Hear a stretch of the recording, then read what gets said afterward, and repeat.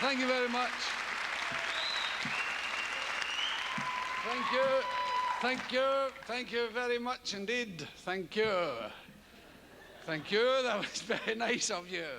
I nearly went like that there. I had to stop myself. Get down. Yeah. Do you know?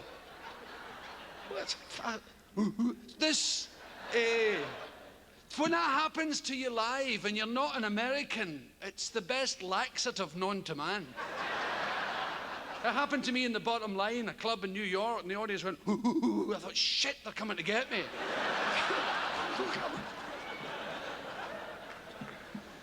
Wait till I tell you something. I will be telling you several things as the night wears merrily forward. But I've got a lot to say, and it comes out sometimes it comes out kind of in the wrong order. Please don't worry about this. I personally couldn't give a fuck. So don't let it get you down. There's a bit of profanity, but I like that. And I'm rather good at it too. So there's nothing worse than somebody who can't swear trying to do it, you know? Like some posh English guy going, oh, you fucking bastard. You know, because it's supposed to be violent, you know? I personally just use it like commas and exclamation marks. Gives the thing a bit of funk, you know, a bit of shape about it, you know, lumpiness. But, you know, fuck, I don't explain about it. But, you know, if you fuck, it's kind of staccato, fucking fuck, and it's got its own sort of rhythm. Fuck. I'm trying to describe, because I don't really resemble anyone that you'll know. So I'm trying to set you up here, right? Because this is weird, because this is for television, right? The HBO. I say this with great aplomb. See, watch me, great confidence. This is for HBO. As if I knew what HBO was, right? HBO, he says. HBO, you know. I haven't a fucking clue what HBO is. Right? So we box on your telly. So we box and people say, what's that box on your telly, Bill? HBO! I don't know, the cable goes into the wall and I'm fucking if I know what happens after that. Have you got cable? Oh, yes! Where does the cable go? Buggered if I know. I have absolutely no... Right, I'll tell you. Now, this is the truth I'm going to tell you here. The 20th century seems to have caught me unawares. I have a video machine that shows films to itself and won't let me fucking see them. It's a selfish bastard.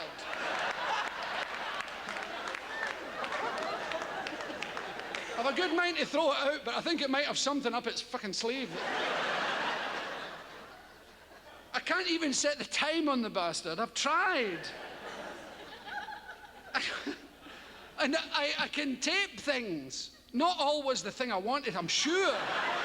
I'm sure it tapes things that it wants to see itself, the bastard. I've always been suspicious of it anyway. How does it fucking do that?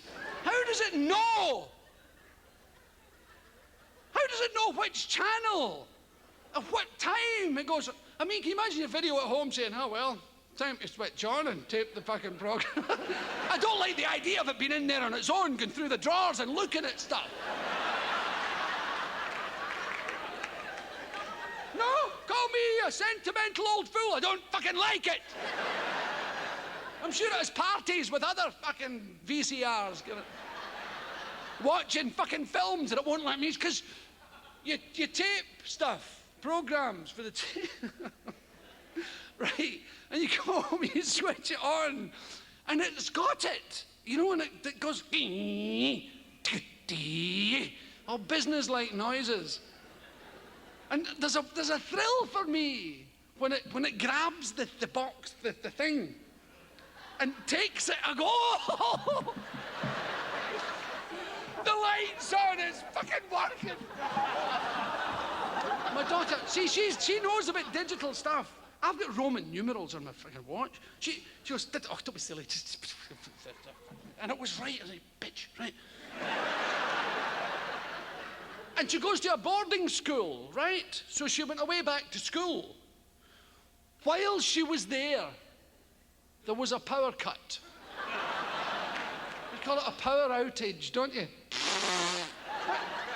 Outage. That's a good word, outage. Fuck. So, fucking power outage. Give me peace. So, there was a... Maybe your power goes out. Maybe it's by overload and ours gets cut by fuckwits with tractors and bulldozers. Maybe there's a difference. Oh, I've cut your fucking power. You know, some tattooed fuckwit Neanderthal. Oh, fucking...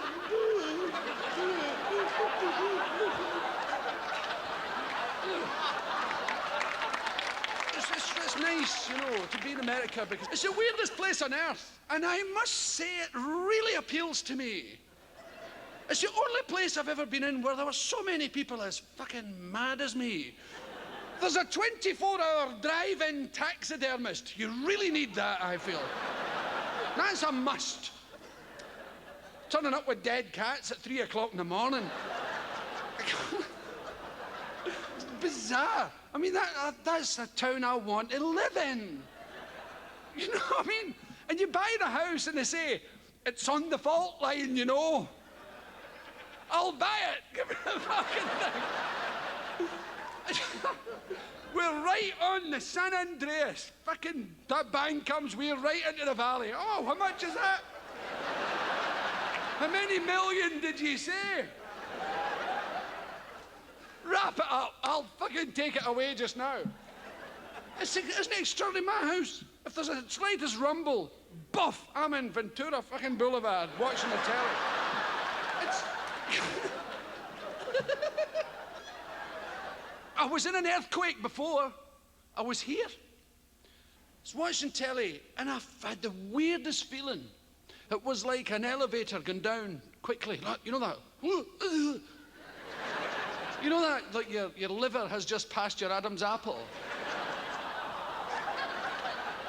Anyhow, this feeling went, whoop, and I thought, fuck, what was that? And at the time, I had been indulging in various mind-expanding substances.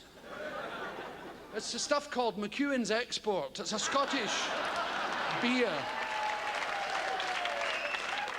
So I just thought, oh, that's just my hangover. But it happened again, but this time, it was about an hour later. Whew, I'm still watching TV, and there was a Chinese-American woman on the news, and she was reading the news, and when it went, whoa, to me, she went, what was that? And I said, I don't know. It's the truth. I just heard it coming out of my mouth. Now, I meant to explain to you, just because some people come and see me, and they find me to be a major irritant. You know, that's my style. Some people like my comedy, but they hate my style. And I say, fuck them, we laugh at them. So, the thing is, I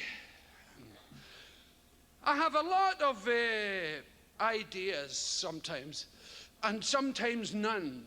And sometimes I trundle through stuff I've said a million times before, and then suddenly something will come in and say, talk about me, talk about me, talk about me, and I'll fucking go away. And so I have to talk about it instantly, or it goes away, and it fucking infuriates me. It usually comes back, but sometimes that's like next April. You know? And so all these ideas are all here, and they go round and round and round. And I thought I was mentally ill at one point, and I went and asked some Buddhists in fucking Lockerbie, of all places. Remember? That's Lockerbie in deaf and dumb language. So, and there's a Tibetan monastery there. It's called Samueling, and these Tibetan Buddhists are very, very nice. If you're ever in Scotland, you must go and see it. It's, no, really, you would love it. You'd like it. How dare you speak when I'm on? Do you know who I am? I'm in show business. We laugh at hecklers. Ha ha! Now, there is, and it's gold. It's stunning. So you drive through Scotland and all these shepherds, meh, meh, come here, you wee beauty. Oh, I love you. Come here. Meh.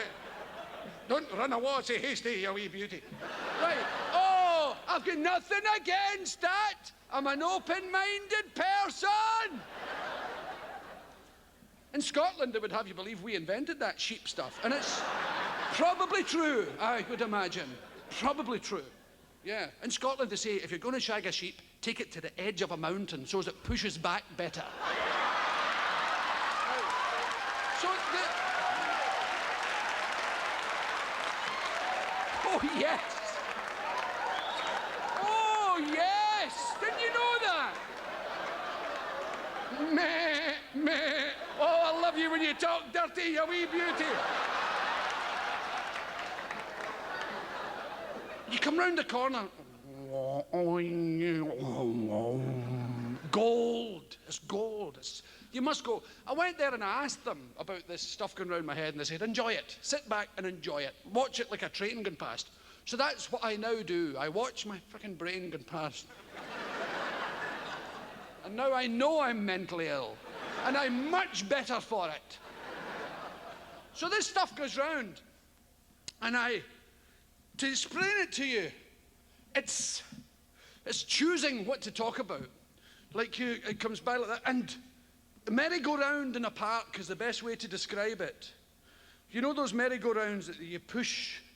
It's got like banisters into the center and a round bit at the base. And your father would take you to the park and put you on it. It's a kind of vomiting machine, really. You're supposed to enjoy it. I fucking hated it all my life. And on you go and enjoy yourself. You know. Scotland's like that, you know. Violent. Maybe not anymore. I mean, it used to be. When I was a child, Scotland was a violent place. And parents were all being violent to their children. All my friends, their parents too. Biff, take that, yeah, fucker. Bush.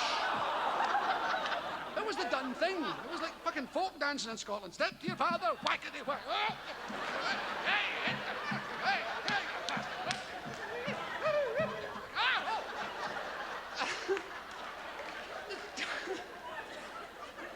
It's a trip. See that move? You think he goes skiing, that boy? No stranger to Big Bear, him. No. That was behind a couch, avoiding my father.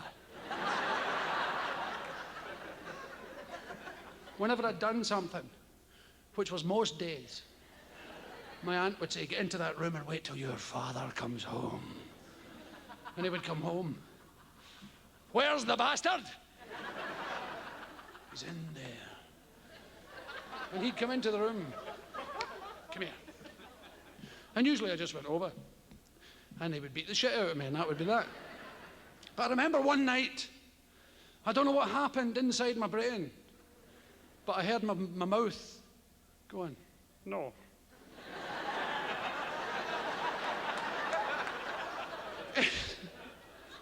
What? No. Come here. Oh. Right. I'll just have to come and fucking get you then, won't I? And he came up to the couch and I was behind it, and I made the mistake of my life. I went like that. And of course he would go, right, yep, and I would go like that.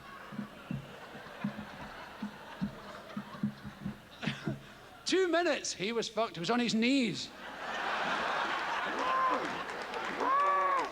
Steam coming out his ears. His face is purple. Don't think I'm tired, boy. There's phlegm coming out his arse. This guy was knackered.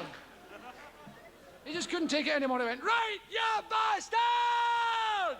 Came right through the couch. Splintered wood and cushions everywhere.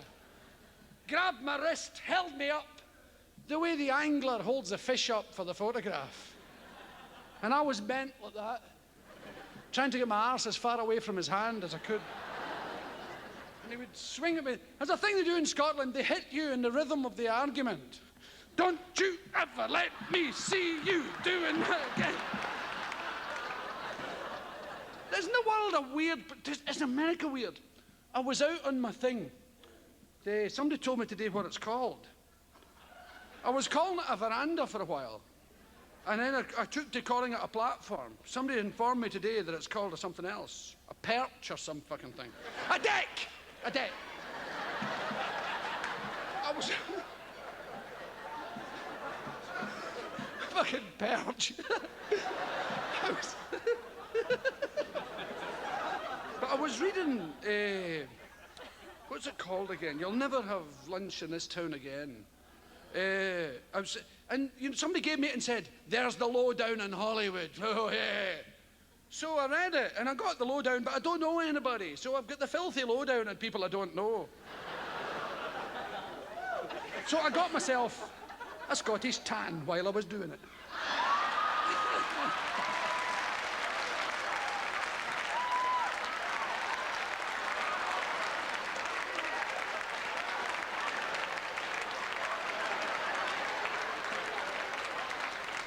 You don't see bodybuilders like that, do you?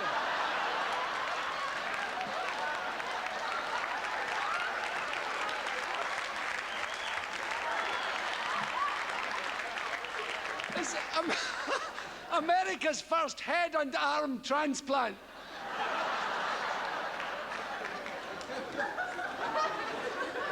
I love it. That's a Scottish tan.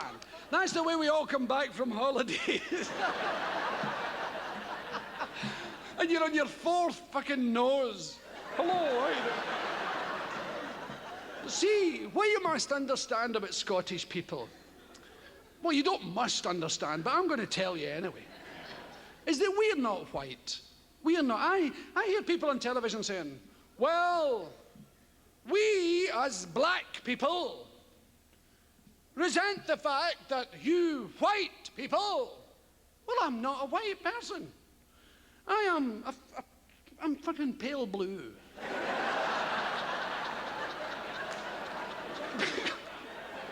And the Irish tend to be pink, I find. They run to the pinkish. We are more your powder blue. So I was on my thing, my pad, perch, thing, deck. I was thinking about the Iraq, the desert thing. It was extraordinary, wasn't it? I watched it every day.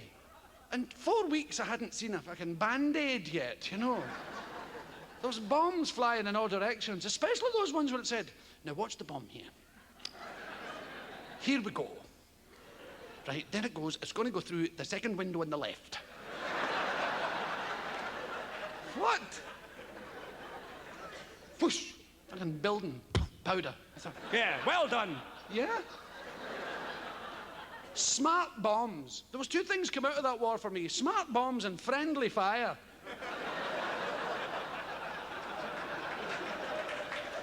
The guy who shoots you's got a big fucking smile on his face.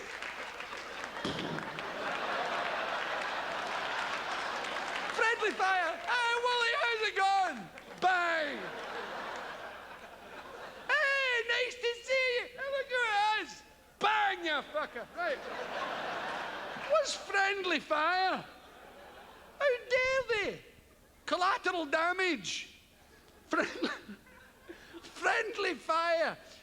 You see, it's such a consolation when you're on the stretcher and your balls are missing. Do you know it was a friend of yours who did it?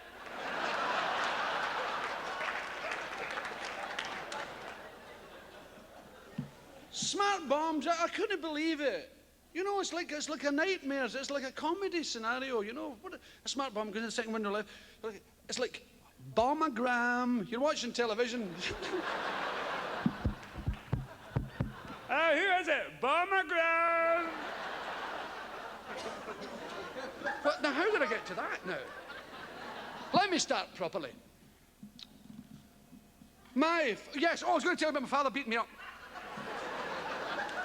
Anyway, my daughter, I'll come back to that. My daughter went back to school. The power outage happened. The power cut.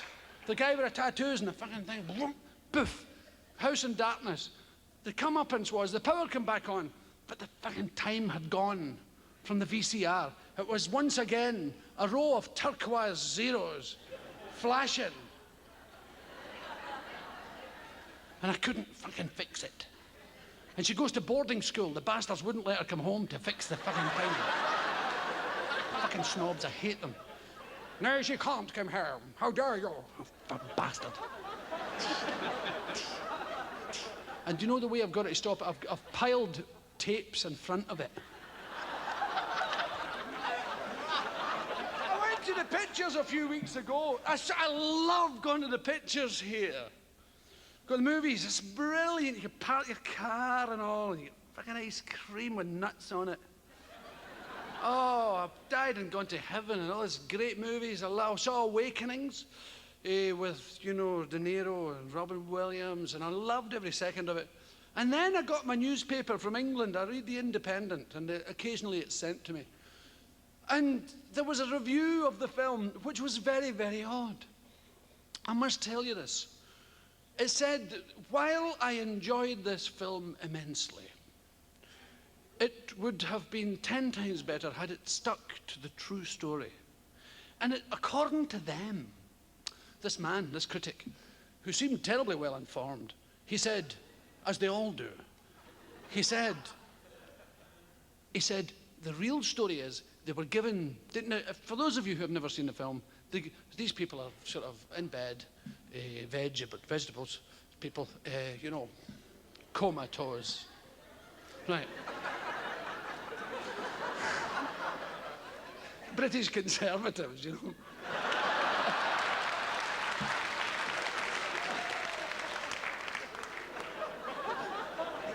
They've got, you know, and they give them this drug, and they all come to life and fall in love and dance and have jolly times. And then it sort of becomes regressive, and they go back to their state, and it's a very sad affair. Well, according to this critic, they administered the drug L-Dopa, which made me laugh, L-Dopa. I thought that was slang for fucking marijuana from Mexico. Hey, L-Dopa. Oh, the Free Mexican Air Force is flying tonight. Yippee, I think I'm an orange. I think I'll jump out the fucking window. Now, it was... I could never cope with drugs, you know. Some people think I'm a junkie, but I'm actually this old. I've never managed to grasp the point of drugs. It's always totally obliterated me. So like anything, you know, here, try this, fucking great shoe. Fucked! You know, in the 60s, I used to have a 5 cent a day habit. Poof, fucked! Especially that American, they would make me skinny joints. Here, try that. Fucking gone. And I always admired people who could take it and go and do things. I could fucking...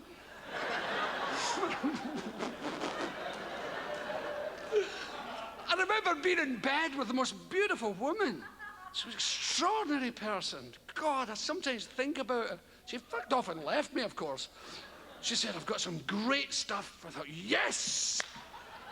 I mean, the war was over. The battle had been won. We were in bed, for Christ's sake. I'd been nice. We'd been cheered. She came to the concert. We had dinner. It was lovely. She said, yeah, let's go to bed. I said, what a fucking good idea. Yeah. There we were, and she said, hang on, I've got the most amazing stuff. I said, oh, good. Always happy to be part of the game.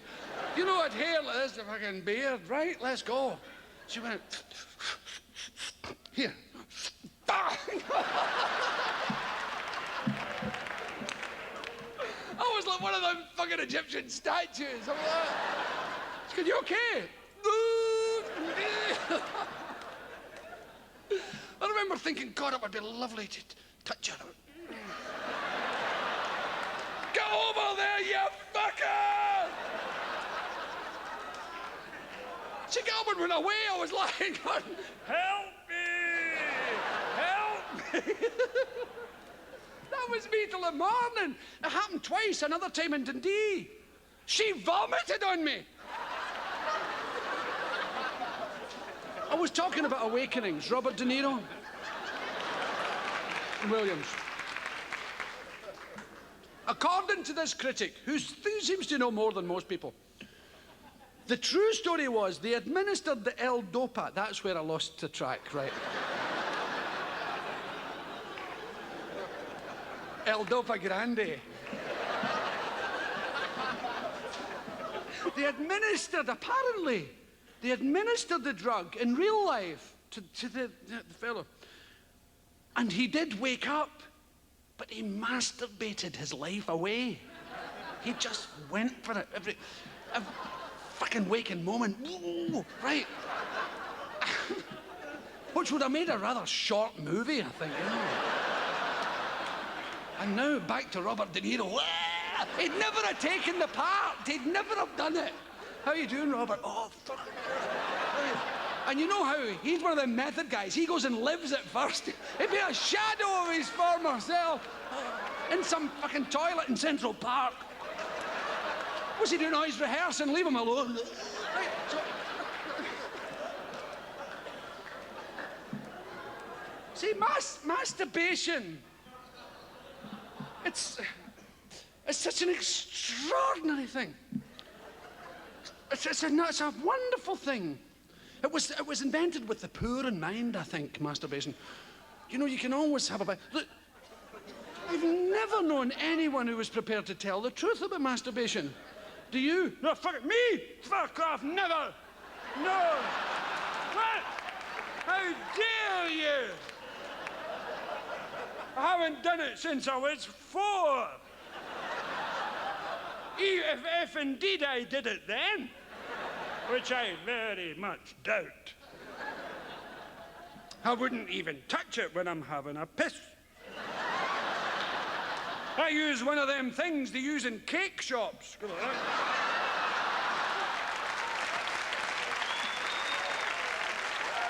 This part of the show is a guide to more fulfilling masturbation. Now, I know you're highly unlikely to masturbate, any of you, because you look like decent types to me. But you may be watching TV. You may be watching Santa Barbara or something. Or one of those soap things, right? You know the ones in the morning that are made for the hard of thinking, right? You know, where people talk when there's nobody in the room. They talk to telephones. Oh, Bob, please phone. Who the fuck are you talking to, missus? And they talk to letters. They pick up the mail and go, please be from Charlie. The fuck? Read the fucking thing. So I get so angry. But anyway, you may be watching that and you go, oh, these people are rich and famous. I've lost the will to live.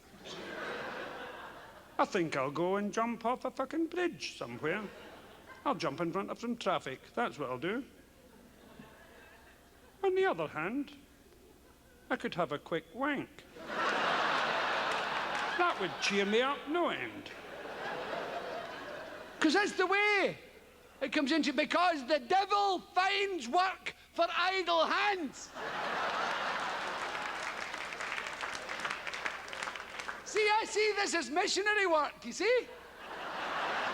Now, the most awful thing that can happen while you're masturbating isn't being caught, although that is awful. Being caught in mid-masturb is.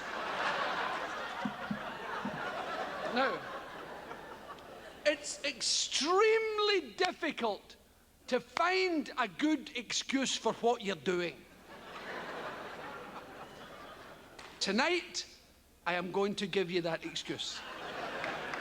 This could improve the rest of your life no end. Now, you must be quick with the excuse. So, you're in mid-masturb. Masturb. Oh, and the word wank, I must explain that. I don't know where it comes from. I've asked many, many people. My personal theory is it's those army beds. You know those metal beds you get in the army with springs on it? And I think that's because that's the noise they make, isn't it? Wank, wank, wank, wank, wank, wank, wank, wank, wank.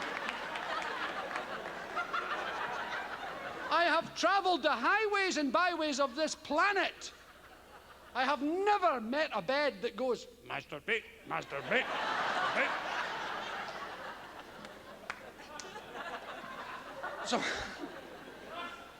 So you're in mid-masturb and the door bursts open and it's your nosy brother. Oh! What the fuck are you doing? You don't let him finish the sentence. Don't let him complete. Don't give him the joy, the satisfaction. When he goes, what the fuck? Come in immediately with, thank God you're here.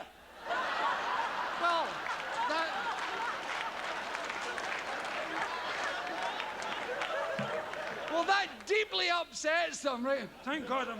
That's a 3 steps back, shocked and amazed. Thank God I'm here? What does he mean? I thought he was having a wank. Thank God you're here! And not a minute too soon. Really? Well, what's the fucking story? You'll never believe this. No, probably not. I was walking across the bloody room there when the biggest fucking hairy spider you ever saw ran out from underneath it. I thought, fucking hell was that? Huge bugger, the size of a soup plate, legs like this fucking thing here. Came scalping towards me and right up the leg of my trousers. I thought, Jesus Christ, it's way up the leg of my trousers. And you probably remember, only last week I was reading that book, remember? What book was that? Tarantulas and their wily ways. No. You mentioned it. You said, what the fuck are you reading that for? I remember. It said in the book, it said there's nothing tarantulas love more than to sink their teeth into people's testicles. Ooh. And I thought, that's what the bugger's up to. It's a way up the leg of my trousers to sink the teeth into the family jewels. Before you could say Jack Robinson, I whipped the tweeds down, and not a second too soon, it was up like that.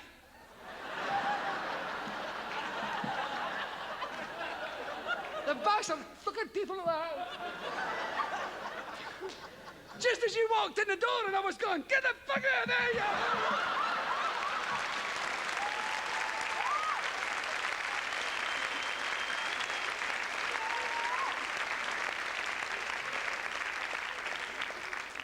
Oh, Jesus.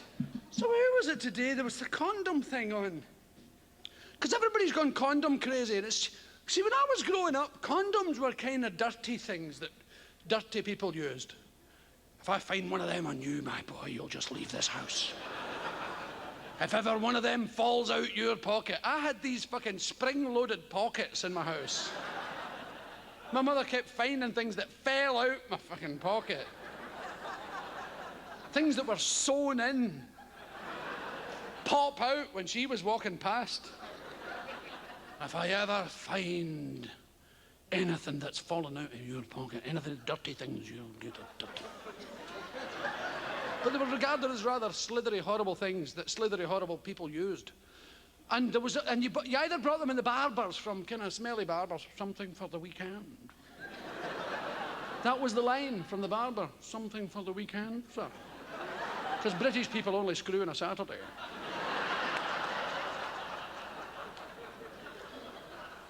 It's desperate, isn't it?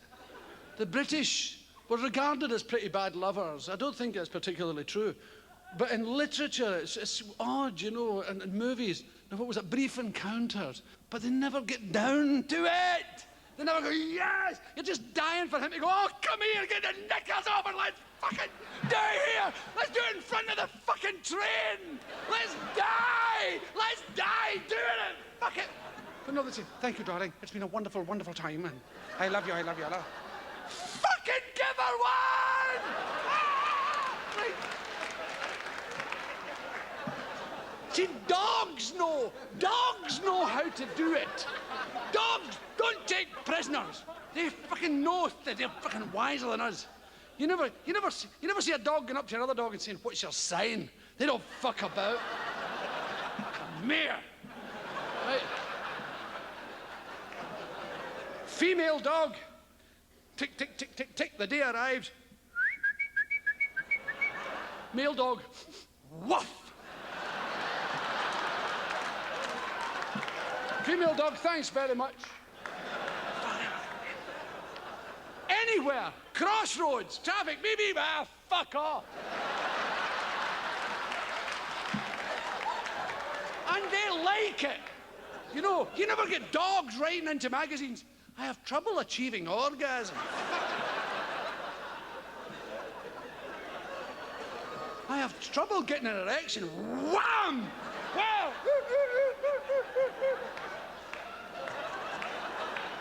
Where the fuck are you? Yes! And the fucking legs going. The back's arched, the arse is in. Oh, yes! The eyes are fucking rolling back. Tongue for the. They know! And they share it. Come on, lads!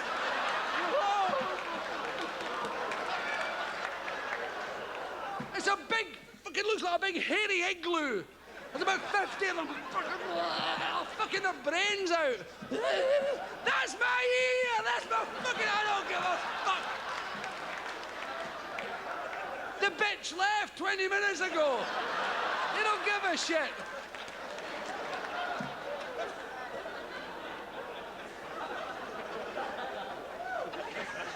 Oh, God. I'll never forget. I was in various bands, you know. I used to be a musician. I started as a folk singer, playing the banjo and stuff. Folk music, the folk revival, the folk scene was bizarre. There's all these people in pubs singing about mining disasters. It was a good night out, you know. Fucking lifeboat tragedies. I'll never forget that awful night in 1894. 700 sailors dead upon the floor. Join in, come on, have a good time. Fucking dead, dead they were, dead as fucking stone. We're all dead, you know, that's why we're alone. Oh, he's dead, everybody, he's dead, he's fucking dead, dead as fucking stone. 700 children were murdered in their beds. More! More! Okay, 729 were murdered. It was a weird time. I bought a lovely badge in San Francisco. It says, "If I had a hammer, there'd be no more folk singers."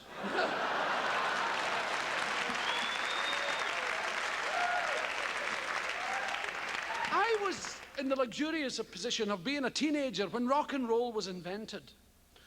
And it was, for us, I'm 48, you know, and I was about 14, I think, when Bill Haley did Rock Around the Clock, and I thought, fuck, you know.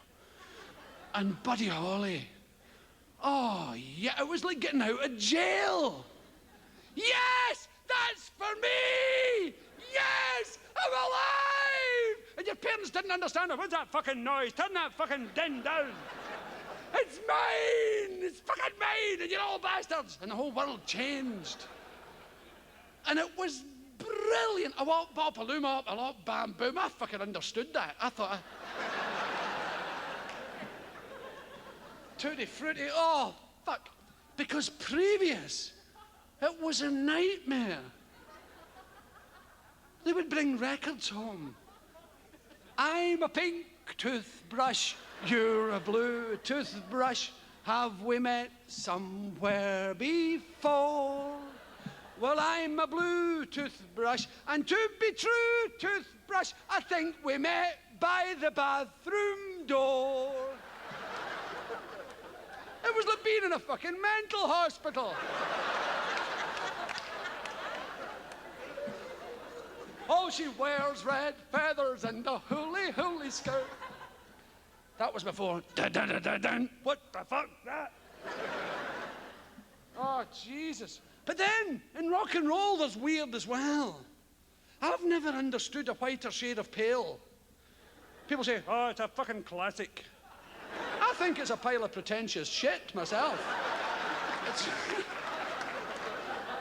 As for MacArthur Park, give me a fucking break. Somebody left your cake out in the rain, fuck off.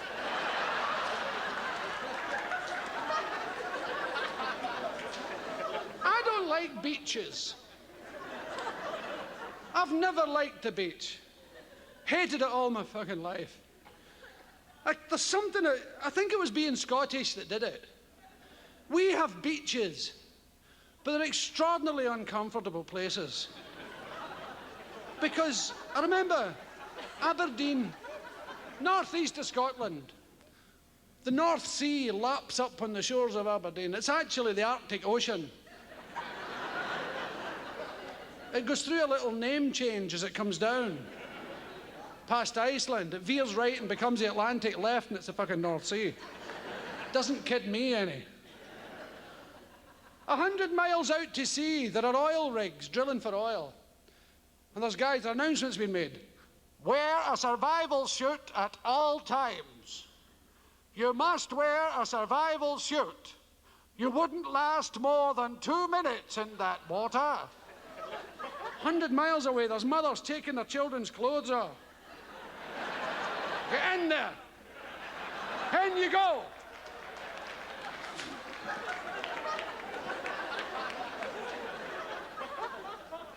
See, I'm married to an Australian person, and she's all beachy too. Let's go to the beach. I can't imagine anything more fucking awful than going to a beach and getting sand up your arse. And Aberdeen was I told you about. I was on holiday with the school. Today we're going swimming, boys. Oh, fuck, no. Let's hear it for a good swim. Oh, fucking hooray.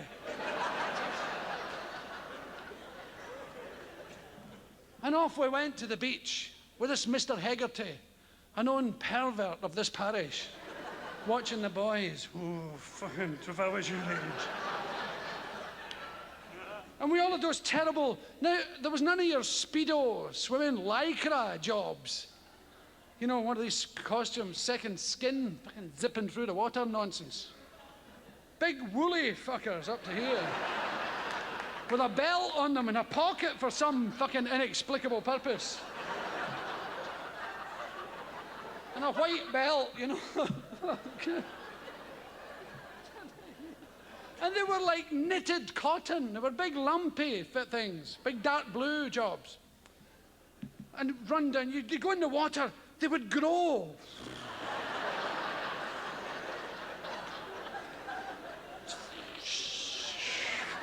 12 times their normal fucking size. Before you come out, you'd have to gather them all up. Dragging you to the fucking bottom, you know. You walk out and the crutch is here. People could look in and see you willy if they were really lucky. In the North Sea, it was about that fucking thing. Yeah. Willy. Bing, bing, bing, bing, bing. We're the least sexy tourists in the world.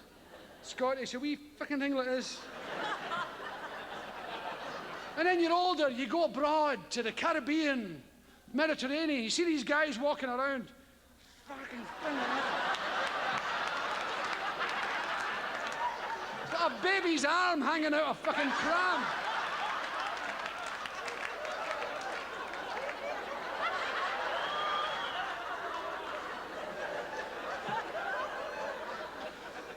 It's unbelievable. Teacher hated me. Connolly, smart ass. Into the sea. Oh, fuck, yeah. Ah, fucking go. Complain. Get in that fucking water. I took my trousers off. these horrible pants, pale blue person, heading for the sea. The fish are going, fuck that. What the fuck's the Pale blue thing coming. Run.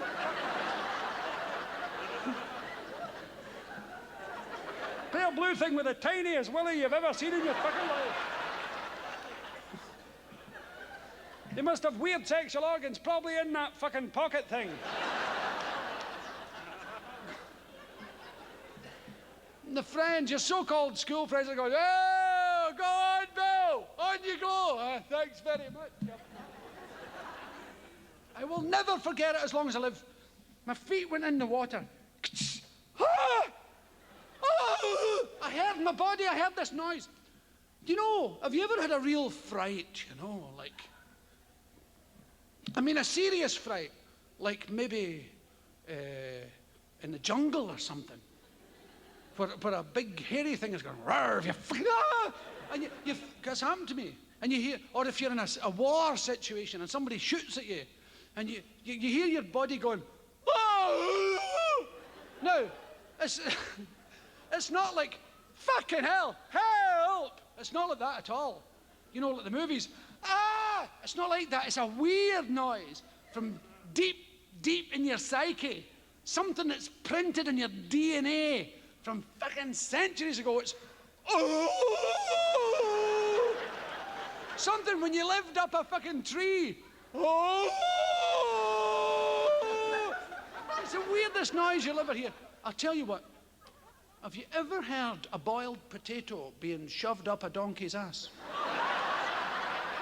It's exactly the same noise.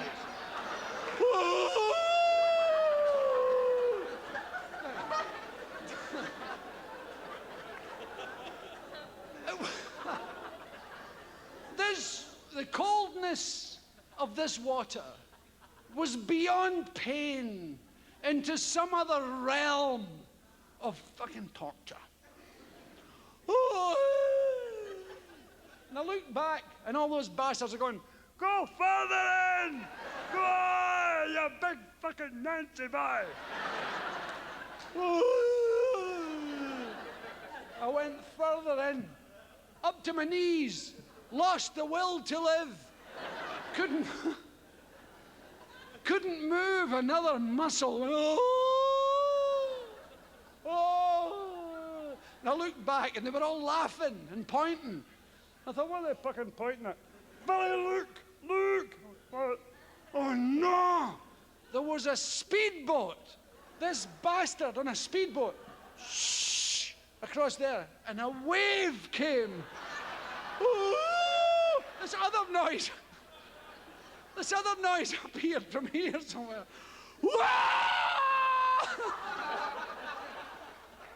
I could feel the boiling potato.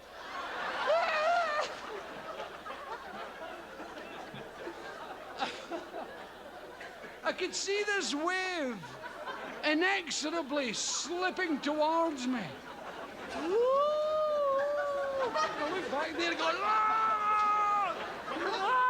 I will never, as long as my arse looks south, I will never, ever forget it.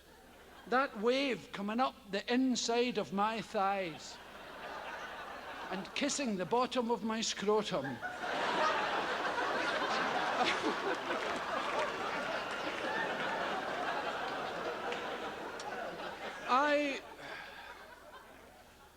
It's lovely. I like this. And it's lovely living here in America. And it's lovely, you know, that my stuff is accepted, because all my life I've laughed at awful things. And I felt a bit strange. When I was in my teens, I felt all right about it because all my friends were the same, you know. They would say, oh, fuck, Bill, you should have been here yesterday. Fucking laugh. I thought I was going to fucking hurt myself.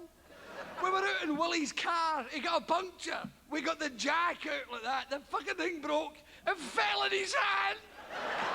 Oh, fuck, I thought I was going to hurt myself. Oh. The three of us lifted the front of the car. His fucking finger fell off. I couldn't look. I couldn't fucking look. I had to go and tell his mother. I could hardly fucking speak. But look, it's been a pleasure talking to you. You're very nice people. Trying to think of something nice to say to you. So, those of you who have enjoyed the show, tonight, when you go home, you'll tell the babysitter. She'll say, how was the show? And you'll say, oh, it was good.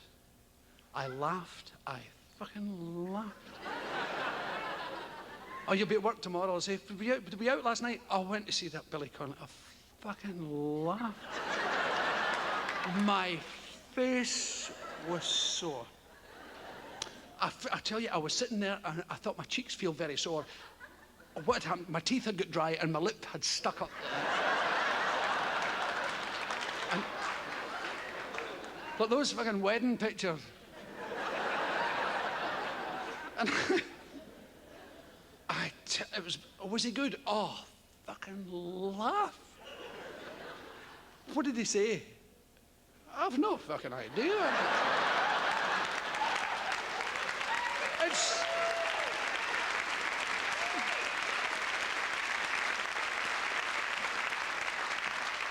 It would seem to be the sort of comedy version of Chinese food that kind of goes away. And all you're left with is a desire to say fuck all the time.